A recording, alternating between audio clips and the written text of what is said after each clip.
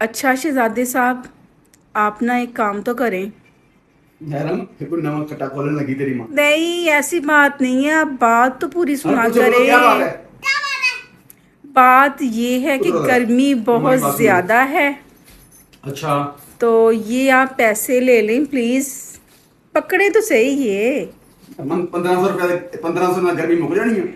नहीं, आप ऐसा करें ना, हम एसी चला लेते हैं, आप पैसे ले लें।